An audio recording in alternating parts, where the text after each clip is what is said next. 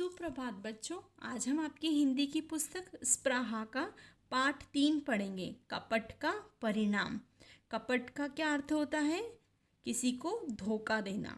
तो किसी को धोखा देने पर उसका क्या परिणाम होता है, इस पाठ में हम जानेंगे। उससे पहले हमें ये जानना ज़रूरी है कि जल में कौन कौन से जीव होते हैं। जल में मछलियाँ, केकड़ा, मगरमच्छ और कछुआ रहता है। ये मछलियाँ कहाँ पाई जाती हैं? जल में ही पाई जाती हैं। तो मछलियों को कौन खाता है? बगुला मछलियों को खाना पसंद करता है।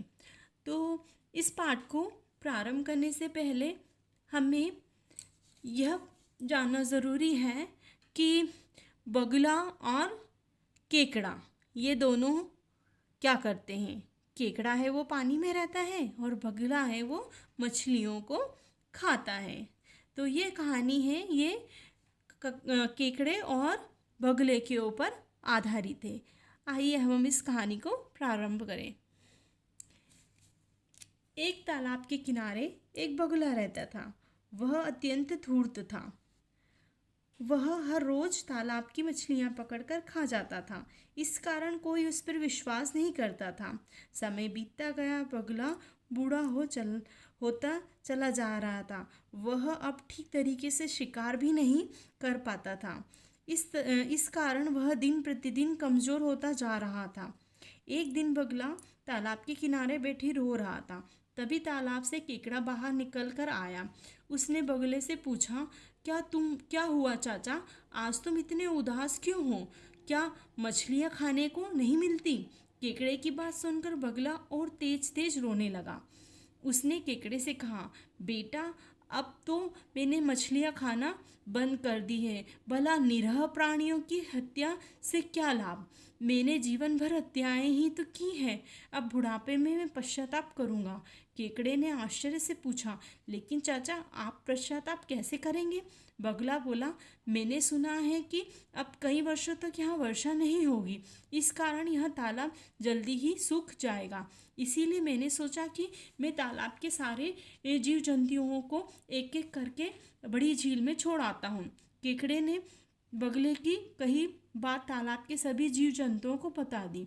इस तरह का संकट आता देख सारे जीव जंतु बगुले के बहकावे में आ गए और उन्होंने बगुले से प्रार्थना की कि वह उन सबको बड़ी झील में ले जाए। और दुष्ट बगुला एक एक करके उन्हें बड़ी झील में छोड़ आया। एक तालाब के किनारे बगुला रहता था। वो रोज मछलियाँ पकड़ के खा जाता, तो इसलिए उसके ऊपर कोई भी विश्वास नहीं करता था, क्योंकि वो बहुत ही कपटी था। और जैसे जैसे समय बीतता गया वो बूढ़ा हो चला था। अब उसने सोचा कि मुझे और किसी तरीके से शिकार करना प्रारंभ करना पड़ेगा, नहीं तो मैं इस तरीके से तो फिर मर ही जाऊंगा। और फिर वो धीरे धीरे बूढ़ा होने के साथ साथ कमज़ोर भी होते जा रहा था। तो जिस तरीके से वो पहले शिकार करता था उस तरीके से वो कर नहीं पा रहा था। तो एक दिन क्या हुआ कि वो तालाब के किनारे बैठ के जब रो रहा था तो वहाँ से तालाब में से केकड़ा बाहर आया और उसने पूछा कि चाचा, आप क्यों रो रहे हो? इतने उदास क्यों हो? क्या आपको मछलियाँ खाने को नहीं मिलती? तब केकड़े की बात सुनकर बगुले ने और ज़्यादा रोना चालू कर दिया और उसने फिर कहा कि बेटा, अब मैं मछलियाँ नहीं खाता हूँ। क्योंकि मैंने अपनी जीवन भर इनकी मछलियों की और सबकी हत्याएँ की, तो अब मैं इसका बुढ़ापे में पश्चाताप करना चाहता हूँ। तो तब केकड़े ने पूछा कि ये आप कैसे पश्चाताप करोगे? तब बगुला ने बोला कि यहाँ मैंने सुना है कि यहाँ पर कई वर्षों तक इस वर्षा नहीं होगी, तो यह तालाब सूख जाएगा। तो मैं यहाँ इस तालाब में रहने वाले सारे जीव जंतुओं को बड़ी झील में छोड़ आता हूँ, ताकि उन लोगों की जान बच सके। और इस तरीके का संकट फिर अब देखकर और केकड़े ने सारे जितने भी जीव जंतु थे तालाब में उन सबको जाके बता दिया। तो ये संकट आता देखकर सारे के सारे जीव जंतु एवं बगुले के बहकावे में आ गए और उन्होंने बगुले से प्रार्थना करी कि आप जल्दी से जल्दी हमको बड़ी झील में लेके छोड़ दे, ताकि हम लोग मरने से बच जाएं। दुष्ट बगुला सारे जीव जंतुओं को ले जाता और मार मार के खा जाता। धीरे धीरे वह हष्ट पुष्ट होने लगा। बगुले को मोटा होते देख केकड़े को शंका हुई। एक दिन उसने बगुले से कहा, चाचा मुझे भी बड़ी झील में पहुंचा दीजिए, मैं ही पीछे रह गया हूँ। बगुले ने केकड़े को पीठ पे बिठाया और उड़ गया। थोड़ी ही देर बाद बगुला केकड़े को वहीं ले गया जहाँ बाकी जीव जंतुओं को मारा था। वहाँ हड्डियों का ढेर देखकर केकड़ा सावधान हो गया। वह बोला, चाचा तुम मुझे यहाँ क्यों ले आए हो? हमें तो झील में जाना था ना। बगुला धूर्तता के साथ बोला, तुम्हारे लिए यही जगह ठीक है। जैसे मैंने तुम्हारे साथियों को खाया है वैसे ही अब मैं तुम्हें भी खाऊंगा। इतना कहकर बगुला केकड़े की तरफ लपका। केकड़ा सावधान था। वह उछलकर बगले की गर्दन पर चढ़ बैठा और अपने नुकीले धारदार पंजों से उसकी गर्दन काट दी। बगला वहीं मर गया। केकड़ा बगले की कटी गर्दन लेकर तालाब के किनारे पहुंचा। वहां बगले की प्रतीक्षा में बैठे जीव जंतुओं ने केकड़े से पूछा, अरे भाई तुम वापस कैसे आ गए? बगला चाचा कहाँ उड़ गए? केकड़े ने उन्हें बगले की गर्दन दिखाई और सारी कहानी बता दी। सभी ने केकड़े की साहस की प्रशंसा की। अब सारे जीव जंतुओं को धीरे धीरे करके बगला है वो बड़ी झील की ओर ले जाने का कह के और उसे एक जगह ले जाकर वहाँ पे धीरे धीरे मार के खाने लगा। और फिर इस तरीके से वो बहुत हष्ट पुष्ट होने लगा। तो उसको हष्ट पुष्ट होता देखकर केकड़े को शंका हुई। तो उसने एक दिन उससे बगले से पूछा कि चाचा आप भी मुझे बड़ी झील में पहुंचा दीजिए, अब मैं ही पीछे रह गया हूँ। तो बगले ने केकड़े को अपनी पीठ पे बिठा लिया और उसे उस जगह लेके गया जहाँ पर कि उसने बाकी के जीव जंतुओं को मारा था।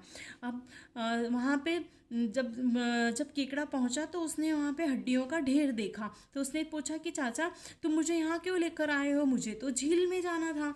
तो धूर्त बगुला है उसने कहा कि जैसे मैंने तुम्हारे साथियों को खाया है वैसे ही अब मैं तुम्हें भी मार के खा जाऊंगा। इतना सुनकर केकड़ा है वो सतर्क हो गया और बगले ने उसकी ओर झपाटा मारा। तो केकड़ा है उछलकर और बगले की गर्दन पे बैठ गया और उसने अपने नुकीले धारदार पंजों से उसकी बगले की गर्दन काट दी और इस तरह से बगला वहीं का वहीं मर गया। अब केकड़ा है बगले की कटी हुई गर्दन लेकर तालाब के किनारे पहुंचा और वहाँ पर जीव जंतु जो बगले की प्रतीक्षा में बैठे थे उनको जाकर उसने बताया कि किस तरीके से बगला है वो सारे जीव जंतुओं को यहाँ से एक एक करके ले जाता था और उन्हें मार के खा जाता था। और उसने उन जीव जंतुओं को बगले की गर्दन भी दिखाई। इस तरीके से सभी जीव जंतु जो बाकी के बचे थे उन सभी ने केकड़े के साहस की प्रशंसा की। इस पाठ में हमने क्या जाना? इस पाठ में हमने यह जाना कि हर कपट का परिणाम बुरा ही होता है। हमें कभी किसी के साथ छल या कपट नहीं करना चाहिए। तो यहाँ पे कपटी कौन था? यहाँ पे कपटी बगुला था और केकड़ा है वो उसने क्या किया? उसके कपट का उसने बदला लिया। तो इस तरीके से कपट का परिणाम है वो हमेशा बुरा ही होता है और हमें कभी भी किसी के साथ छल या कपट नहीं करना चाहिए। इस पाठ में कुछ नए शब्दार्थ भी आए हैं जिनको हम जान लें। जैसे धूर्त। धूर्त मतलब होता है कपटी, छली, धोखा करने वाला। लाभ का अर्थ होता है फायदा। बहकाने का अर्थ होता है किसी की गलत बातों में आना। प्रतीक्षा का अर्थ होता है इंतज़ार। निरह का अर्थ होता है कमज़ोर और पश्चाताप का अर्थ होता है पछताना। हष्ट पुष्ट का अर्थ होता है स्वस्थ, मोटा, ताज़ा और प्रतीक्षा का अर्थ होता है तारीफ करना। धन्यवाद।